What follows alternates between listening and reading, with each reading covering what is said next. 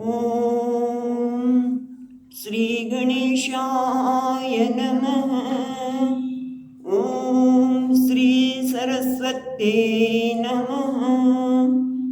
ॐ श्री सद्गुरुभ्यो नमः।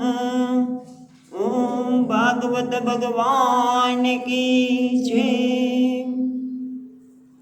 नमः श्री परमहंस स्वादित चरण कमल चिन्ह मकरंदाय भक्तजन मानस निवासाय श्री रामचंद्राय वागीसायस्य वदने लक्ष्मी यस्य च वक्षसि यस्यास्ते हृदये संवित तं नृसिंहं भजे। सच्चिदानन्दरूपाय विश्वोत्पत्त्यादिहेतवे तापत्रयविनाशाय श्रीकृष्णाय वयं नमः। नारायणं नमस्कृत्यं नरं चैव नरोत्तमं देवीं सरस्वतीं व्यासं ततो जयमुदीरयेत्।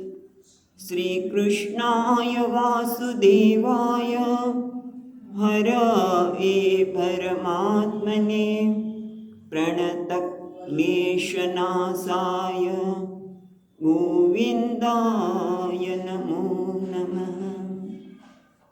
यं प्रवचन्तमनुपेत्य अपेतकृत्यं वैपायनो विहरगातर आजुहाव पुत्रेति तन्मयतया दरवो विनेन्दुः तं सर्वभूतहृदयं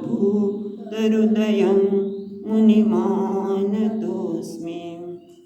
जन्माद्यस्य यतोऽन्वयादितरतः चार्तेष्वभिघ्नस्वराट् तेने ब्रह्महृदाय आदिकवये मुह्यन्ति सूरयः।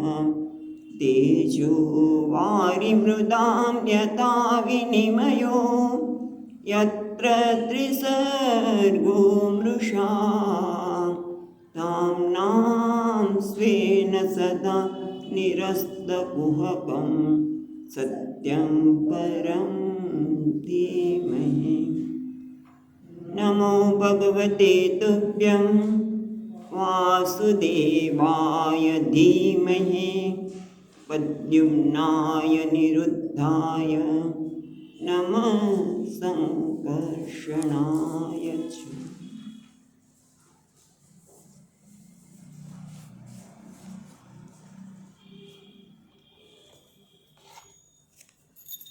हरि शरणं हरि शरणं हरि शरणं हरि शरणं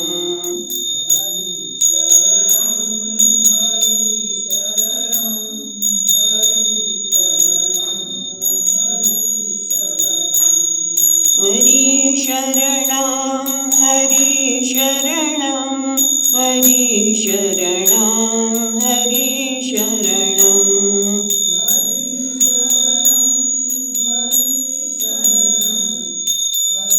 शरणं हरि शरणं हरि शरणं हरि शरणं हरि शरणं हरि शरणं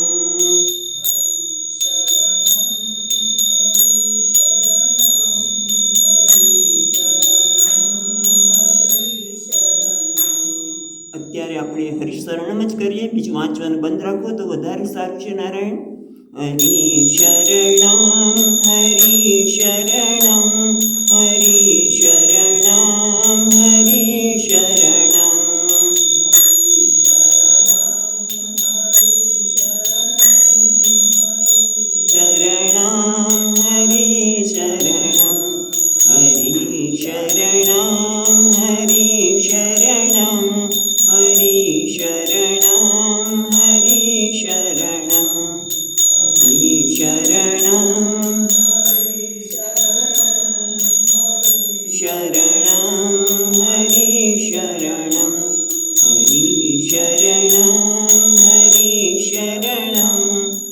હરિશરણમ હરિશરણમ હરિશરણમ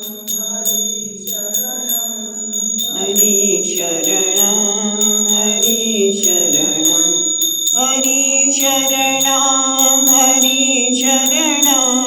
હરિશરણમ હરિશરણમ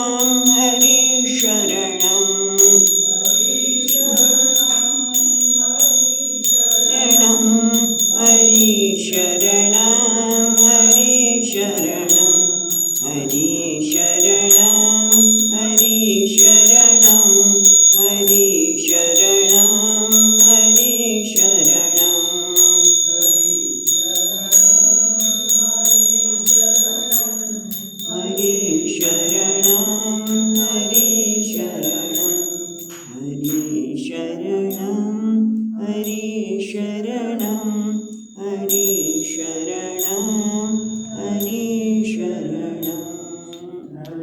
હરિશરણમ હરિશરણમ હરિશરણમ હરિશરણમ ગઈકાલે આપણે આ જોતા હતા કે બ્રહ્માજીએ સૃષ્ટિનું સર્જન તો કર્યું, પણ છતાં એમને એમ થયું કે હજી આ ઋષિઓ વગેરે પણ એટલી શક્તિ ધરાવતા નથી, કારણ કે 11 એમને કહ્યું ને અહીંયા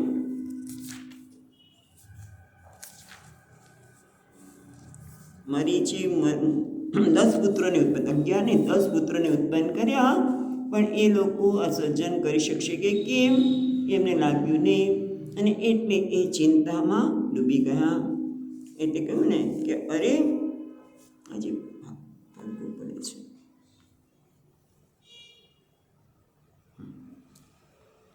તો એમને વિચાર કર્યો કે જુઓ તો ખરા, મેં આટલું બધું કર્યું છતાં હજી કંઈક પ્રતિબંધો, કંઈક દૈવમ આવે છે કે જેના પરિણામે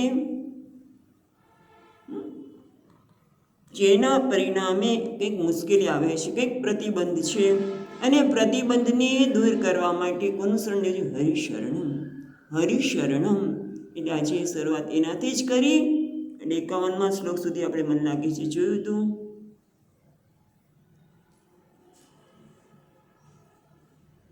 શ્લોક સુધી જોયું હતું. હવે આજે 52મા શ્લોકથી શરૂઆત કરીએ. 52મો શ્લોક. કસ્ય રૂપમ બુદ્ધેવ દેવતા કત્યકાયમ વિચક્ષતે તાભ્યામ રૂપ વિભાગાભ્યામ મિથુનમ સંપદ્યત. એટલે કસ્ય રૂપમ અદ્ભુતમ બેધા. એટલે કહે છે જ્યારે બ્રહ્માજીને ચિંતા કરી, અને એવું કહેવાય છે કે જ્યારે ચિંતા થાય ને ત્યારે આપણે વિભાગ પડી જાય, ચિંતાને તો આપણું શરીરના વિભાગ પડી જાય. એમ બ્રહ્માજીએ પણ ચિંતા કરી. આમ તો હરિનું શરણ લીધું છે, એ ભગવાનની ઈચ્છાથી, હરિના શરણથી, ભગવાનની ઈચ્છાથી એમના 2 ભાગ પડી ગયા, શરીરના 2 ભાગ પડી ગયા. એટલે કસ્ય એટલે બ્રહ્માજી, કસ્ય ઇદમ કાયમ, કહ એટલે બ્રહ્મા. એટલે બ્રહ્મા છે રૂપમ અભૂત બેધા. બ્રહ્માજીના 2 ભાગ બની ગયા. રૂપમ અભૂત, અભૂત એટલે બન્યું, બેધા 2 પ્રકારનું બન્યું. યત કાયમ એટલે અભિચક્ષતે, જે 2 ભાગવાળું બન્યું એને કાય એવી રીતે કહેવામાં છે, કાયા એવું કહેવામાં આવે છે. યત કાયમ અભિચક્ષતે, અભિચક્ષતે એટલે કહેવામાં આવે છે, જેને કાયા એવું કહેવામાં આવે છે. એટલે બ્રહ્માજીના 2 વિભાગ થઈ ગયા, 2 રૂપ બની ગયા, એને કાયા એવું કહેવામાં આવે છે. તાભ્યામ રૂપ વિભાગાભ્યામ મિથુનમ સંપેદતે. જે રૂપના 2 વિભાગ થયા ને એમાંથી મિથુનમ એટલે યુગલ રૂપ, પુરુષ અને સ્ત્રીનું યુગલ ઉત્પન્ન થયું. એમાંથી સ્ત્રી અને પુરુષ ઉત્પન્ન થયા. જે ઉપનિષદમાં પણ કહે છે, પ્રશ્ન ઉપનિષદમાં આવે છે કે આ સૃષ્ટિનું સર્જન થયું ત્યારે કઈ રીતે થયું? રવિ અને ચંદ્રમા. રવિ એટલે પુરુષ પ્રકૃતિ, અને ચંદ્રમા સ્ત્રી પ્રકૃતિ. સૂર્ય અને ચંદ્રયુગ પછી રવિ અને ચંદ્રમા. ખરેખર તો ત્યાં રવિ અને ચંદ્રમા એ ઉપયોગ કરે છે. અહીંયા પણ વાત કરી કે બે યુગમાં તો એક પુરુષ અને એક સ્ત્રી. એ કોણ હતા એ આપણને હવે 53માં શ્લોકમાં કહે છે. યસ્તુ તત્ર પુમાંસો ભૂત મનુ સ્વાયંભુવસ્વરાટ સ્ત્રીયાસીત છદ્રરૂપાખ્યા મહિષસ્ય મહાત્મનઃ. યહ તુ તત્ર પુમાન સહ અભૂત. અભૂત એટલે બન્યો, ભૂતકાળનું છે. અભૂત મનુ સ્વયંભુવ સ્વરાટ. સ્વયંભુ એટલે સ્વયંભુવ. સ્વયંભૂ જ્યોતિર્લિંગ, જેને ઉત્પન્ન કર્યા નથી તે. એ અહીંયા પણ બ્રહ્માજી પણ સ્વયંભૂ છે. એટલે એમાંથી ઉત્પન્ન તેના બે ભાગ પડ્યા એટલે પણ સ્વયંભૂ થયા. એટલે સ્વયંભૂ મનુ કહેવાય છે સ્વરાટ. સ્વરાટ એટલે ચક્રવર્તી. સ્વરાટ એટલે જેનું બધું સામ્રાજ્ય બધી દિશામાં ફેલાયેલું છે એને કહે સ્વરાટ એટલે કે ચક્રવર્તી. મનુ બન્યા. એમાંથી એક વિભાગ છે, એમાંથી પુમામ એટલે પુરુષ તે પુરુષ વિભાગ હતો તે ચક્રવર્તી સ્વયંભૂ મનુ થયા. અને સ્ત્રી યા આસિત, અને જે યા સ્ત્રી આસિત જે સ્ત્રી હતા તે શતરૂપા છે. છ સંધિ છકારા થયો છે. શતરૂપાખ્યા મહિષસ્ય મહાત્મનઃ. તે શતરૂપા નામના મહારાણી બન્યા. જે સ્ત્રી હતા તે શતરૂપા નામના મહારાણી મહિષસ્ય મહાત્મનઃ એ મહાત્માના એ પત્રાણી બન્યા, મહારાણી બન્યા. હવે આગળ કહે છે 54મા શ્લોકમાં તથા મિથુન ધર્મેણ પ્રજા હેધામ બભૂવિરે સચાપી સતરૂપાયામ પંચાપત્યાન જીવનત. પંચાપત્યન જીવજનત. જીજનત. તદા મિથુન ધર્મેણ ત્યાર પછી મિથુન ધર્મથી પ્રજા હિ એધામ બભૂવિરે. બભૂવિરે એટલે અભર્યંત. બહુ એટલે બન્યો. હિ એધામ. એધામ એટલે પણ હોવું. સત આપણે સતનું જ રૂપ છે. એટલે કહે છે કે મિથુન ધર્મથી પ્રજાની વૃદ્ધિ થવા લાગી. કઈ રીતે તે પ્રજાની વૃદ્ધિ એ બતાતા કે સચાપી સતરૂપાયામ. તે સ્વયં મનુએ પણ સતરૂપામાં પંચ અપત્યાની અજીજનત. એટલે કે મનુએ પણ શત્રુપામાંથી 5 સંતાનોને જન્મ આપ્યો. પંચ અપત્યાની અજીજનત. 5 સંતાનોને જન્મ આપ્યો. કયા કયા હતા એ આપણને 55મા શ્લોકમાં કહે છે. પ્રિયવતોત્પાન પાદૌ તિસ્ર કન્યાશ્ચ ભારત આકુતિ દેવહૂતિશ્ચ પ્રસૂતિ સત્તમ. એ સત્તમ પેલા 2 શબ્દ કે છે ભારત અને સત્તમ. હે ભારત અને સત્તમ એટલે શ્રેષ્ઠ વિદુરજી પ્રિયવ્રત ઉત્તમપાદ 2 પુત્ર અને બીજી વિધિમાં કહે છે આકુતિ દેવહૂતિ અને પ્રસૂતિ એમ 3 કન્યા થઈ.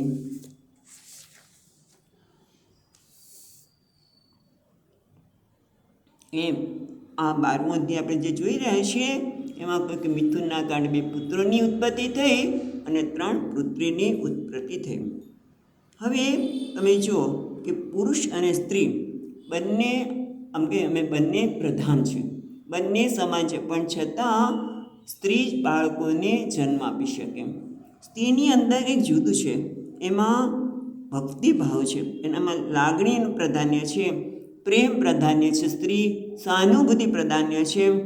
એટલે તમે જો ઉપનિષદમાં પણ આવે કે પુરુષે પણ સ્ત્રી એટલે ઉદારતા, સહાનુભૂતિ, સહનશીલતા વગેરે બધું પણ એણે પણ કેળવવું પડે. અને એના કારણે હવે આપણે જોયું કે એમને 5 સંતાનો થયા. અને હવે પછી વરા પ્રભુનું વર્ણન આવશે. એટલે અહીંયા મહત્ત્વની વાત તો એ છે કે આ સ્કંધમાં 29 અધ્યાય છે એ કર્મ પ્રધાન છે. અહીંયા તમે જો કર્મની વાત થાય છે, સર્જનની વાત થાય છે. એટલે આ સ્કંધમાં 29 અધ્યાય છે એ કર્મ પ્રધાન છે. અને બાકીના 14 કેટલા થયા? 29 કર્મ પ્રધાન છે, બાકીના 14 એટલે 33 અધ્યાય કુલ થયા. એમાં બાકીના 14માં વિવેક પ્રધાન છે એટલે જ્ઞાન પ્રધાન છે. જેમ આપણે મીમાંસા જોઈએ, વેદના 2 ભાગ છે, કર્મકાંડ વિભાગ અને જ્ઞાનકાંડ. અને એ રીતે અહીંયા મીમાંસા, પૂર્વ મીમાંસા, ઉત્તર મીમાંસા, એ રીતે અહીંયા પણ 2 વિભાગ કરવામાં આવ્યા છે. એટલું જ નહીં, સૃષ્ટિમાં પણ 2 વિભાગની સૃષ્ટિ છે. કઈ સૃષ્ટિ? એક બદ્ધ સૃષ્ટિ અને એક મુક્ત સૃષ્ટિ. એટલે બ્રહ્માજીએ પણ જે સૃષ્ટિ ઉત્પન્ન કરી એમાં પણ તમે જે બદ્ધ અને બીજી મુક્ત એટલે સનક સનકાદિની મુક્ત સૃષ્ટિ.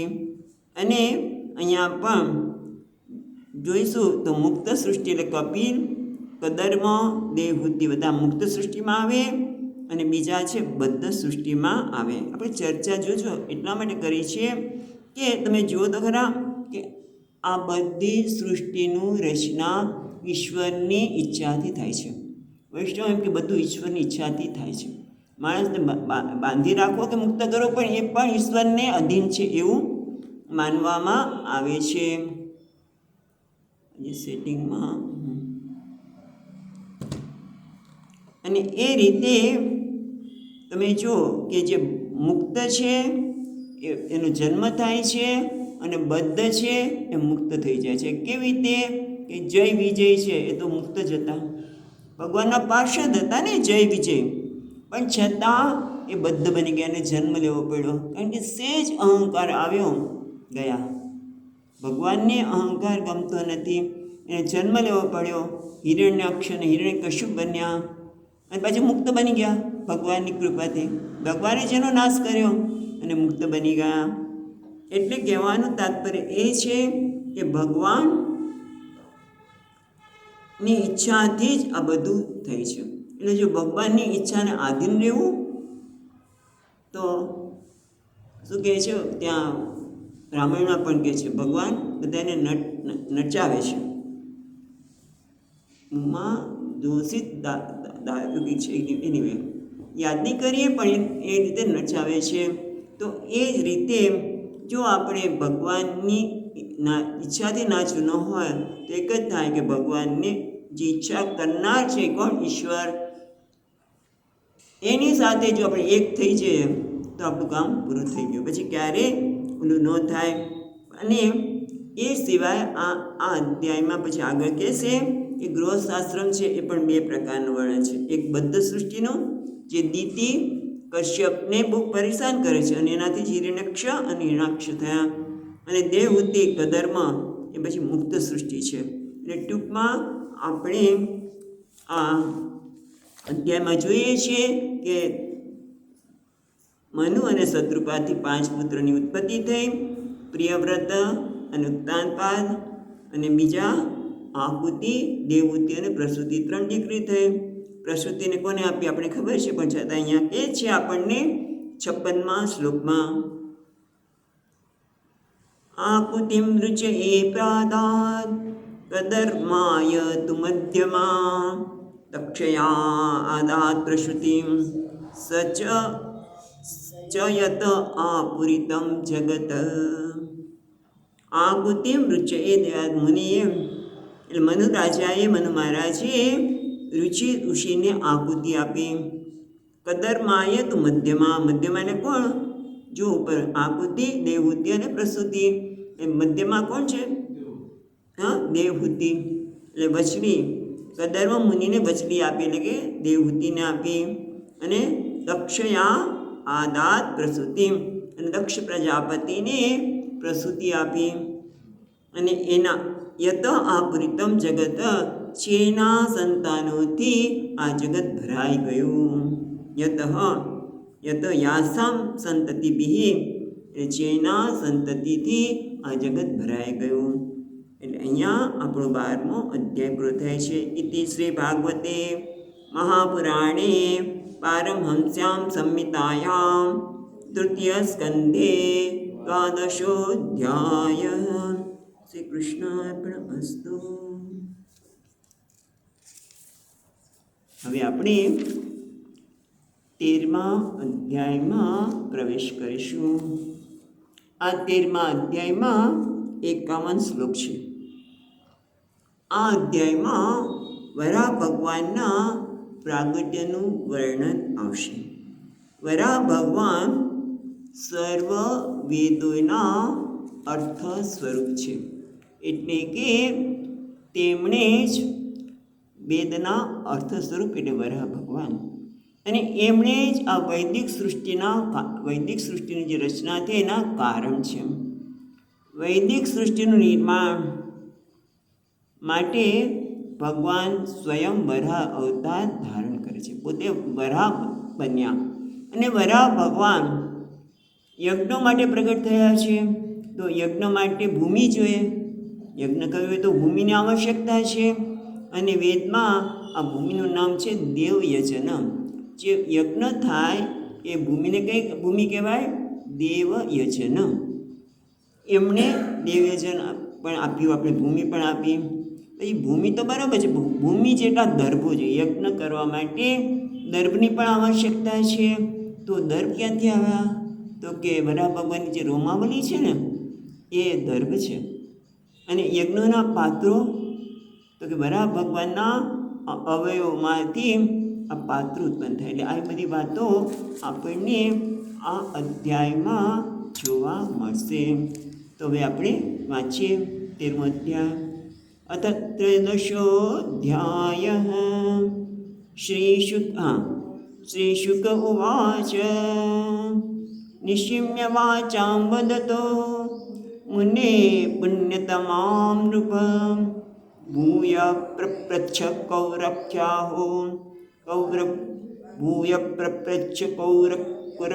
કૌરવ્યઃ વસુદેવ કથા ધૃતઃ.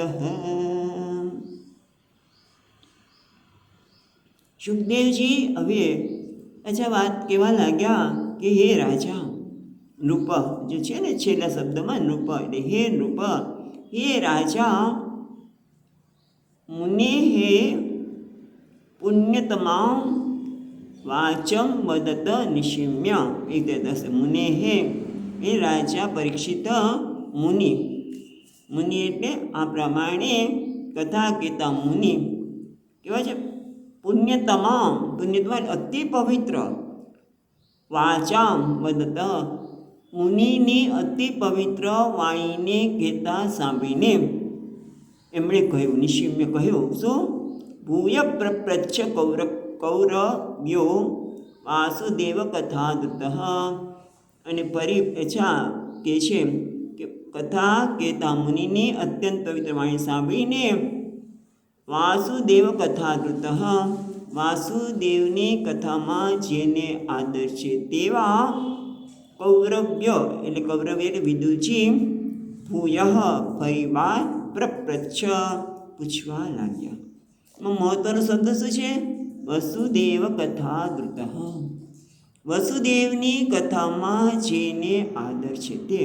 એટલે એવું કહેવામાં આવે છે કે કથામાં જો શ્રોતા આદરપૂર્વક એટલે આદર ધરાવતી બુદ્ધિ વડે કથા ન સાંભળે તો પછી બેસવાનું આસન નથી મળતું. એટલે કથા દેવીનું બેસવાનું આસન શું છે? શ્રોતાને ભગવાનની કથામાં રહેલો આદર. જો શ્રોતામાં ભગવાન માટે આદર ન હોય, ખબર નહીં કદાચ શેના માટે આવ્યા હોય, કંઈ પણ હોય, તો કથા દેવી જતા રહે છે. અહીંયા તો એમને આદર છે એટલે એમને બેસવાનું આસન પણ છે. એટલે હવે સુખદેવજી મહારાજ કહે છે કે વિદુરજીએ ફરીવાર એમને કહ્યું, ભૂયઃ ફરીવાર કહ્યું, કારણ કે એમને વસુદેવની કથામાં આદર છે. અને આગળ બીજા શ્લોકમાં કહે છે, વિદુર ઉવાચ સ વૈ સ્વાયંભુવ સમ્રાટ પ્રિયપુત્ર સ્વયંભુવ પ્રતિલભ્ય પ્રિયાં પત્નીં કિં ચકાર તતો મુને. મુને છેલ્લો શબ્દ છે એ પહેલાં લેશે, હે મુનિ, હે મૈત્રેય મુનિ. વિદુરજી કહે છે, વિદુર વાચ, વિદુરજી કહે છે, હે મુનિ. શું હજુ શબ્દ જોતા છે, સ્વયંભૂ. સ્વયંભૂ એટલે બ્રહ્મણ, એટલે બ્રહ્મા. સ્વયંભૂ એટલે બ્રહ્માજી. સ્વયંભૂ પ્રિય પુત્ર, પછી સમ્રાટ છે ને. સ્વયંભૂ એટલે બ્રહ્માજીના પ્રિય પુત્ર જે સમ્રાટ છે. સમ્રાટ એટલે ચક્રવર્તી છે, જે સાર્વભૌમ રાજ્યના સત્તાધારી છે, એને સમ્રાટ કહેવાય. ચક્રવર્તી શબ્દ વાપરો કે સાર્વભૌમ એવા પ્રિયપુત્ર સમ્રાટ સ્વયંભૂમ.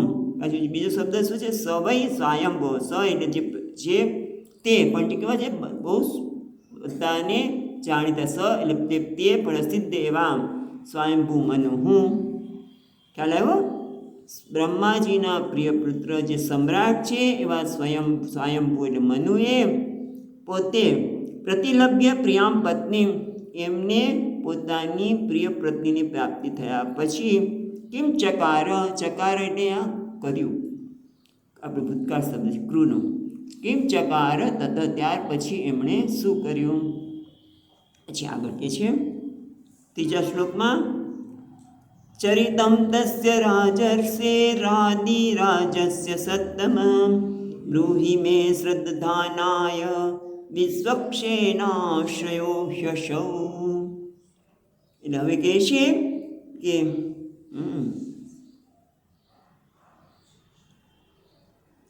ચરિતમ, હે સત્તમ, હે મુનિશ્રેષ્ઠ, ચરિતમ તસ્ય રાજર્ષે આદિરાજસ્ય, એટલે આદિરાજસ્ય એટલે આદિરાજા. પેલા કેવું છે, રાજર્ષે રાજા છે પણ ઋષિ પણ છે. એ રાજર્ષે એટલે રાજર્ષિ, એટલે જે રાજર્ષિ તસ્ય ચરિતમ બ્રૂહિ મે, તમે મને એમના ચરિત્રની વાત કરો છો. શું કરો ભાઈ? ચરિત્રને જાણી, કોઈકના જીવન વિશે જાણી તને શું મળશે? અને શા માટે કહો? શ્રદ્ધાનાય, હું શ્રદ્ધા ધરાવું છું. મને ખાલી સાંભળવા માટે કે કોઈ એમ કહે ને કોઈને સાંભળીને કુતલી કરવા માટે એના માટે નથી. એમાં કોઈ દોષારોપણ કરવા કે એમાંથી છિંદા શોધવા માટે નહીં. શ્રદ્ધાનાય. કેમ શ્રદ્ધાનાય? વિશ્વક્ષેનાશ્રયો હિ અસૌ. આ જે રાજા છે એ કેવા છે? વિશ્વક્ષેનો. વિશ્વક્ષેન એટલે શ્રી હરિ. આશ્રય વિશ્વક્ષ એટલે શ્રી હરિ જ એનો આશ્રય છે. એવા મનુરાજા, અસો એટલે આ એટલે મનુરાજા. મનુરાજા જે ભગવાનના જ આશ્રય છે, માટે એમનું હું શ્રદ્ધા ધરાવું છું. કોનામાં? ભગવાનમાં. એટલે ભગવાનમાં ધરાવું છું, ભગવાનના ભક્તોમાં પણ હું શ્રદ્ધા ધરાવું છું. માટે મને એમનું ચરિત્ર કહો. કેમ કહેવું જોઈએ? પાછા ચોથા શ્લોકમાં બહુ સરસ રીતે એ વાત કરે છે. અચ્છા, અહીંયા પેલા વિશ્વક્ષેનો માટે વંશીધરી ટીકામાં શું કહે છે કે સર્વતઃ 14 ભુવનમાં ભગવાનના લક્ષણવાળી સેના જેની છે એને વિશ્વક્ષેન કહેવાય. વિશ્વક્ષેન એટલે શું? કે 14 ભુવનમાં, સર્વતઃ એટલે 14 ભુવનમાં ભક્તના લક્ષણવાળી જેની સેના છે એ વિશ્વક્ષેન એટલે શ્રી હરિ જેનો આશ્રય. વિશ્વક્ષેન અને પછી વિશ્વક્ષેન એટલે શ્રી હરિ એ જેનો આશ્રય છે તે, એની મને કથા સાંભળવી છે. શેના માટે? ચરિત્ર સાંભળવાનું કારણ શું છે? આ કારણથી એમનું ચરિત્ર બધાએ પણ સાંભળવું જોઈએ. એમને તો સાંભળવું છે પણ બધાએ એમનું ચરિત્ર આ કારણથી સાંભળવું જોઈએ.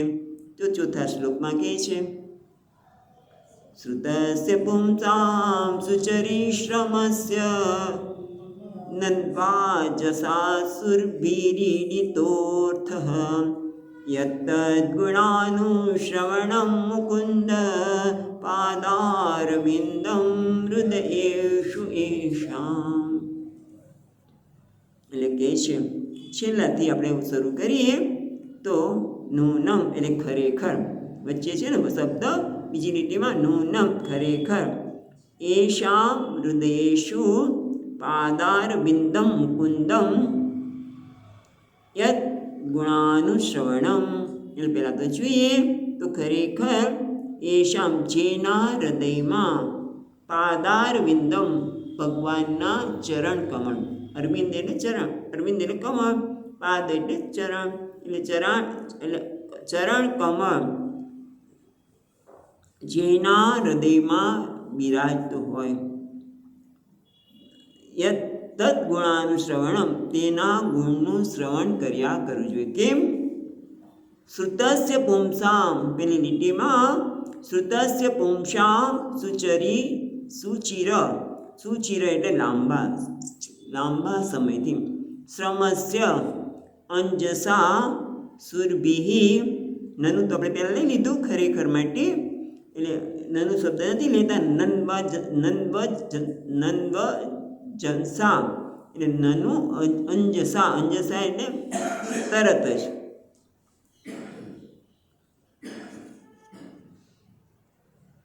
સહજતાથી એવું પણ કહેવાય.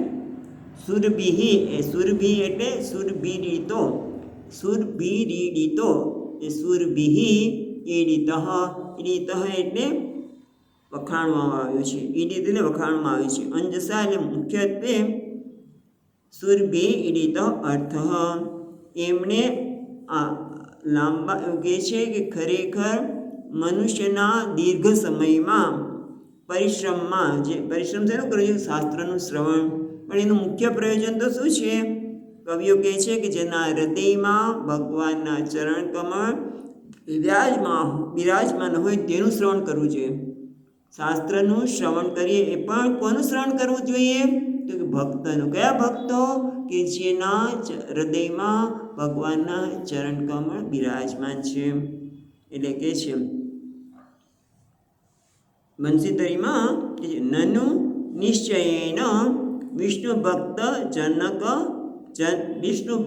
જન કથા શ્રવણમ વિના વિદુષામપી વિદ્યામ નિષ્ફલા ઇતિ ભાવઃ.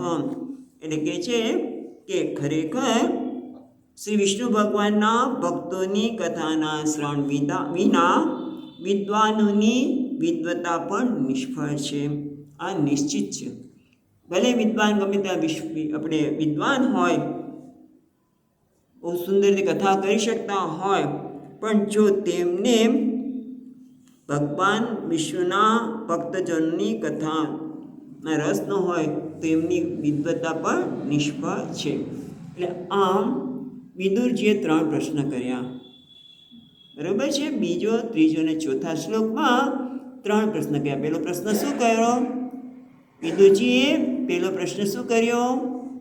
સ્વયંભૂ મનુએ શત્રુપા પત્નીને પ્રાપ્ત કરીને પછી શું કર્યું? તો શું થયું? પહેલો પ્રશ્ન. બીજો પ્રશ્ન શેનો કરે છે?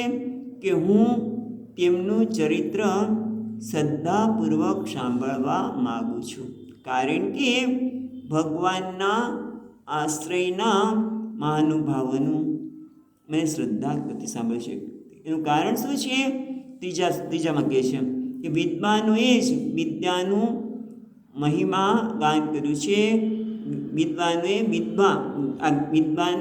વિદ્વાનોએ વિદ્યાનું જ્ઞાનનો મહિમા, વિદ્યાનો મહિમાનું જ્ઞાન કરતાં કહ્યું છે કે જેના હૃદયમાં ભગવાનના ચરણારવિંદો સ્થિત છે એનું શ્રવણ તમારે કરવું છે. એટલે વિદ્વાનોએ કહ્યું છે અને મને શ્રદ્ધા છે, માટે હું એમના ચરિત્રને સાંભળવા માગું છું. જ્યારે આવું કહ્યું ત્યારે કોને આપણે વિદુરજી કોને કહે છે? મૈત્રેય મુનિને. એટલે એ બંને વચ્ચે શું થયું એ સુખદેવજી કહે છે.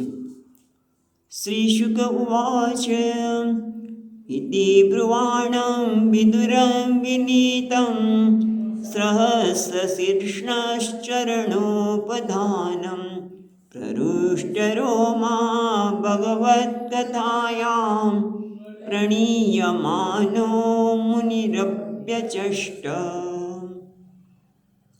સુખદેવજી મહારાજ આનંદથી કહેવા લાગ્યા કે ઇતિ બ્રુવાણમ, આ રીતે કોણે વિદુરમ વિનીતમ, વિદુરજીએ વિનીત એટલે નમ્ર ભાવે જ્યારે આ રીતે બ્રુવાણમ એટલે પૃચ્છંત, એમણે જે પૂછ્યા કરી 3 પ્રશ્નો આપણે જોયા એ પ્રકારે વિદુરજી જ્યારે પૂછ્યા કરી ત્યારે શું કહે છે? સહસ્ર શીર્ષ ચરણો ઉપધાનમ. સહસ્ર શીર્ષ એટલે 1000 મસ્તકવાળા એટલે શ્રી કૃષ્ણ, જેના ચરણ શ્રી કૃષ્ણ શું કહે? ચરણ ઉપધાનમ એટલે 1000 મસ્તકવાળા શ્રી કૃષ્ણ ચરણ એટલે ચરણો, ઉપધાનમ એટલે ધારણ કરવામાં આવ્યા છે. તે ટીકામાં જોવું પડે, તે શ્રી કૃષ્ણ પ્રીત્યા યસ્ય ઉત્સંગે ચરણો પ્રસારયતિ, એટલે કે જેના શ્રી કૃષ્ણ કોના ચરણોના ઉત્સંગ એટલે આમ તો ખોળો, એમાં એમનો પ્રસાર કરે છે. બંને શ્રી કૃષ્ણ પ્રીતિપૂર્વક કૃપાથી પોતાના ચરણો જેનામાં પ્રસાર કરે, ઉત્સંગમાં બંને ચરણો પ્રસાર કરે છે. ઉત્સંગ એટલે ખોળો પણ થાય. અને આપણને ખબર છે કે કોના વિદુરજીને પણ આ અનુભવ કરેલો છે. મહાભારતના યુદ્ધમાં આવે છે ત્યારે ભગવાન સંધિ કરવા આવે છે, રાઈટ?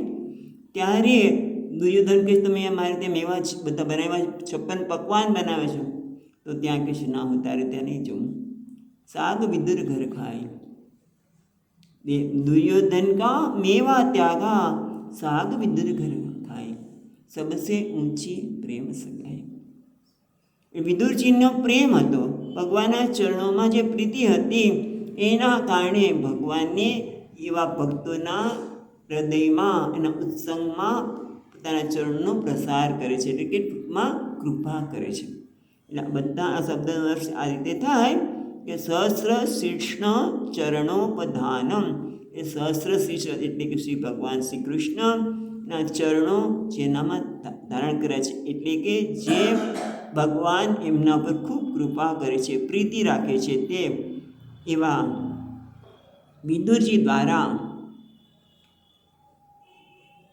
ત્યારે પ્રશ્ન પૂછવામાં આવ્યો પુરાણમ પ્રિયમાણો મુનિ અભ્યચષ્ટ પ્રરુષ્ટ રોમા. ભગવત કથામાં પ્રિયમાણ પેલા ભગવત કથાયામ એટલે ભગવાનની કથામાં પ્રેરિત કર્યા. અને પ્રશ્ન પૂછ્યો એટલે શું થયું? મને ભગવત કથા કહો. એ ભગવત કથાયામ પ્રિયમાણ ભગવાનની કથામાં પ્રેરિત ગયા. એના લીધે શું થયું? પ્રરુષ્ટ રોમા, એમને એકદમ રોમાંચિત થઈ ગયા. કોણ? મુનિ એટલે મૈત્ર મુનિ એકદમ રોમાંચિત થઈ ગયા કે વાહ મારે પ્રભુની કથા કરવી છે. એટલે એમને ભગવાનનું નામ આવતા એ પણ રોમાંચ ખડા થઈ ગયા. અને અભ્યચષ્ટ એટલે કહેવા લાગ્યા. મૈત્ર મુનિ જે પ્રશ્ન દ્વારા કથામાં પ્રેરાતા કોને? સહસ્ર શ્રી ભગવાનની ચરણ પીઠિકાથી વિનીત થયેલા વિદુરજીએ ભગવત કથામાં જ્યારે મૈત્રી મુનિને પ્રેરિત કર્યા ત્યારે એકદમ રોમાંચ ખડા થઈ ગયા અને કથા કહેવા લાગ્યા. હવે આગળ કહે છે 6થા શ્લોકમાં મૈત્રેય ઉવાચ યદા સ્વભાર્યા સાકં જાત સ્વયંભૂવો મનુ પ્રાંજલિ પ્રણતશ્ચિદં વેદગર્ભમભાષત. યદા સ્વભાર્યા સાકં પછી આ ટૂંકું પડે તો જાતમ સ્વયંભૂ મનુ પ્રાંજલિ પ્રણતશ્ચિદં વેદગર્ભમભાષત. એટલે યદા હવે મૈત્રેય ઉવાચ મૈત્રેય મુનિ કહેવા લાગ્યા યદા સ્વભાર્યા સાકમ જાત સ્વયંભૂ મનુ, જ્યારે સ્વયંભૂ મનુ રાજા સાથે સાકમ એટલે સાથે પોતાની પત્ની સાથે ઉત્પન્ન થયા. યદા જ્યારે સ્વભાર્યા સાકમ જાતઃ એ પોતાની પત્ની સાથે સ્વયંભૂમનું જ્યારે ઉત્પન્ન થયા ત્યારે પ્રાંજલિ પ્રણતઃ ચ ઇદમ વેદગર્ભમ અભાષત. વેદગર્ભ એટલે જેના ગર્ભમાં વેદ છે. કોના ગર્ભમાં વેદ છે? બ્રહ્માજી. બ્રહ્માજી અભાષત એટલે આ કહ્યું. બે પ્રણતઃ ચ ઇદમ વેદગર્ભમ અભાષત પ્રાંજલિ એટલે બે હાથ જોડીને પ્રણામ કરતા વેદગર્ભને એટલે બ્રહ્માજીને પ્રણામ કરતા ઇદમ અભાષત આ પ્રમાણે કહેવા લાગ્યા. હવે શું કીધું આપણે જોઈએ. ત્વમેક સર્વ ત્વમેક એક મિનિટ ત્વમેક સર્વભૂતાનાં જન્મકૃત વૃત્તિદઃ પિતા અથાપિ ન પ્રજાનાં તે સૃષૂણાં કેન વા ભવેત. એટલે કહે છે ત્વમ એકમ સર્વભૂતાનાં જન્મકૃત વૃત્તિદઃ પિતા. એટલે તમે તમ એકમ એકમ એટલે તમે જ કેવળ તમે જ સર્વભૂતાનાં જન્મકૃત એટલે તમે જ સર્વ પ્રાણીના જન્મકૃત જન્મદાતા છો. જન્મદાતા છો એટલું જ નહીં પણ વૃત્તિદઃ વૃત્તિદઃ એટલે પોષણ કરનારા છો. ત્યારે સ્વામીજી મહારાજ યાદ આવે કે ભગવાન કેવા છે. આપણી અત્યારની બહેનો જેવા નહીં. બાળકને જન્મ આપે અને પછી એનું ધ્યાન કોણ રાખે? તો કે બેબી સીટર. બરાબર છે. કોઈ આપણે એને બીજું શબ્દ કેરટેકર નવો શબ્દ વાપર્યો છે અત્યારે. બેબી સીટર નહીં પણ નવો એક શબ્દ આવે છે કેરટેકર. બીજા કોઈ એનું ધ્યાન આપે, પોષણ બીજા કરે. ભગવાન તો એવા નથી. જન્મ પણ આપે અને આપણું પોષણ પણ એ જ કરે છે. એટલે એવા તમ એક સર્વભૂતાનાં જન્મકૃત વૃત્તિદઃ પિતા એટલે આ પ્રાણીઓના જન્મદાતા અને પોષણ કરનાર પિતા છો. અથ અપી ન પ્રજાનામ તે સુષૂણામ કેન વા ભવે. એથી અમારા ન એટલે અમારા અથ અપી તમે અમારા જન્મદાતા છો, પોષણ કરનાર છો. આથી આપને જો અન્ય અપેક્ષા તો છે ને, તમારે કોઈ અપેક્ષા નથી મારી પાસેથી, અપેક્ષા નથી, છતાં પણ પ્રજાનામ તે શિશુનામ કેન વા ભવે છતાં પણ આપની સેવા કયા કર્મ દ્વારા અમે કરીએ. પુત્રની પણ ફરજ છે. પિતાજી મારું રક્ષણ કરતા હોય, જન્મ આપતા હોય તો અમે તમારું શું કાર્ય કરીએ કે જેથી તમને સંતોષ થાય. બહુ સુંદર પ્રશ્ન પૂછે છે કે પ્રજાનામ તે શિશુનામ કેન વા ભવે એટલે કે છતાં પણ પ્રજાનામ અમારા પ્રજા અમે તમારી પ્રજા છીએ. આપની સેવા કયા શુશ્રુનામ એટલે સેવા કેન વા ભવે તમારી કેવી રીતે સેવા કરીએ, કર્મ દ્વારા કઈ કર્મ દ્વારા સેવા કરીએ, કેવી રીતે સેવા કરીએ કે જેથી તમને યોગ્ય લાગે. એટલે કે અમે તમારી હવે તમે અમને જન્મ આપ્યો, તમે મને પોષણ કર્યું તો અમારી પણ ફરજ છે કે અમારે તમારી સેવા કરવી જોઈએ. તો અમને કહો કે અમે તમારી કયા પ્રકારની સેવા કરીએ. એટલે આગળ કહે છે 8મા શ્લોકમાં તદ્વિધિ નમસ્તુભ્યં કર્મ સ્વીત્યાત્મશક્તિષુ યત્કૃત્વેહ યશો વિશ્વક અમૃત ચ ભવેદ ગતિ. એટલે હવે કહે છે કે હે, જો અહીંયા તમે શબ્દો જુઓ, વચ્ચે સંબોધન છે. શું છે? તદ છે ને તદ વિદેહી વિધેય કહો. નમસ્તુભ્યં કર્મશુ કર્મ સ્વિદ્યાત્મ શક્તિશુ એ જે શબ્દ છે એને જુદો પાડીએ તો કર્મશુ ઈડ્ય આત્મશક્તિશુ. ઈડ્ય એટલે સ્તુત્ય એટલે હે સ્તુતિ કરવા યોગ્ય. નમસ્તુભ્યમ તમને અમે નમસ્કાર કરીએ છીએ. કોને? બ્રહ્માજીને. હે સ્વિદ્ય એ સ્તુતિ કરવા યોગ્ય આપને અમારા નમસ્કાર હો. પછી શું છે? તદ વિદેહી અમને કહો. કર્મ શું આત્મશક્તિ શું? પહેલાં આપણે જોઈએ આત્મશક્તિ શું. આત્મશક્તિ એટલે अस्माकं शक्येषु અમારાથી શક્ય હોય તેવા કર્મ અમારાથી શક્ય હોય તેવા કર્મોમાં કયા કર્મની સેવા થાય તે કહો.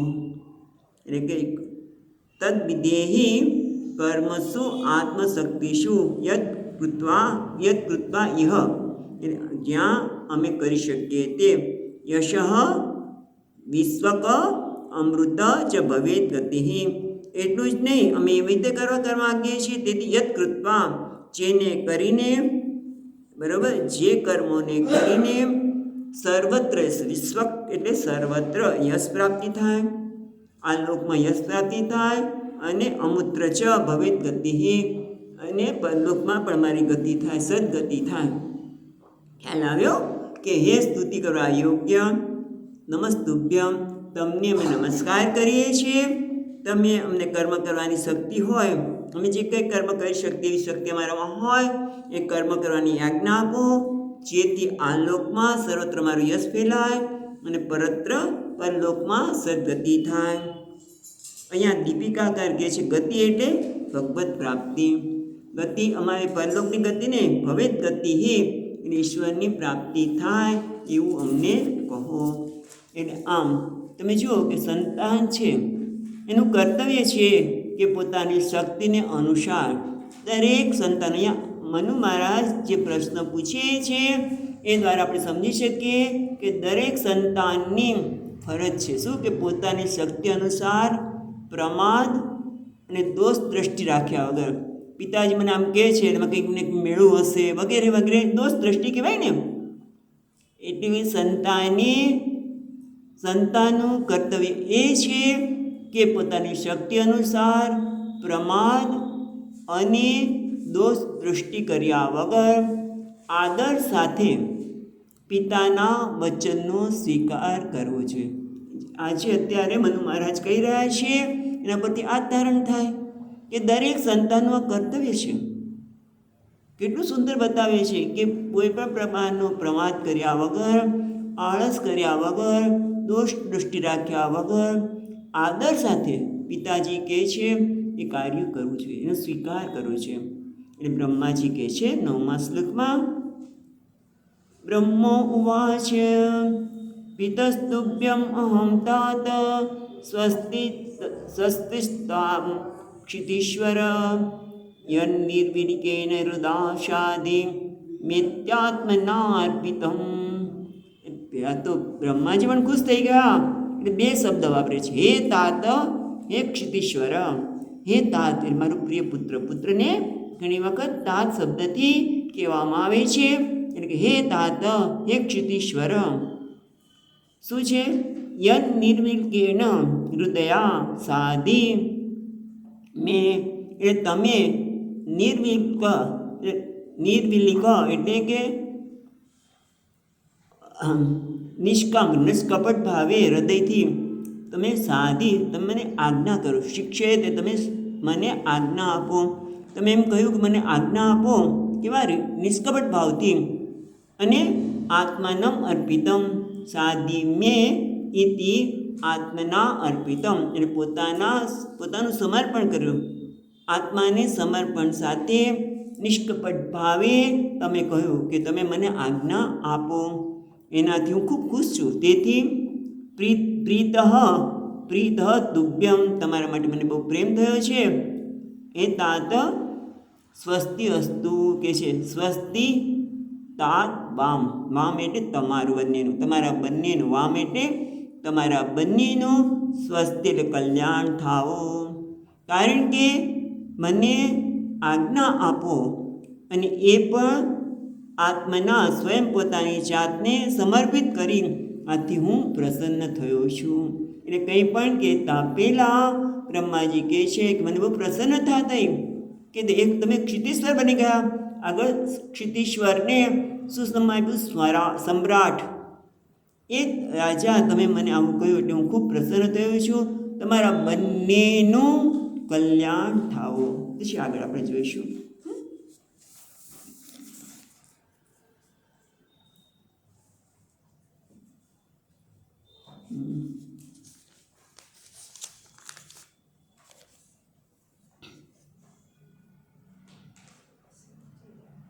सच्चिदानन्दरूपाय विश्वोत्पत्त्यादिहेतवे तापत्रयविनाशाय श्रीकृष्णाय वयं नुमः। यं प्रवचन्तमनुपेत्य अपेतकृत्यं वैपायनो विहरकातर आजुहाव पुत्रेति तन्मयतया तरवो विनेन्दुः तं सर्वभूतहृदयं मुनिमानतोऽस्मि। ॐ शान्ति शान्ति शान्तिः। हरिः ॐ श्रीगुरुभ्यो नमः। हरिः ॐ।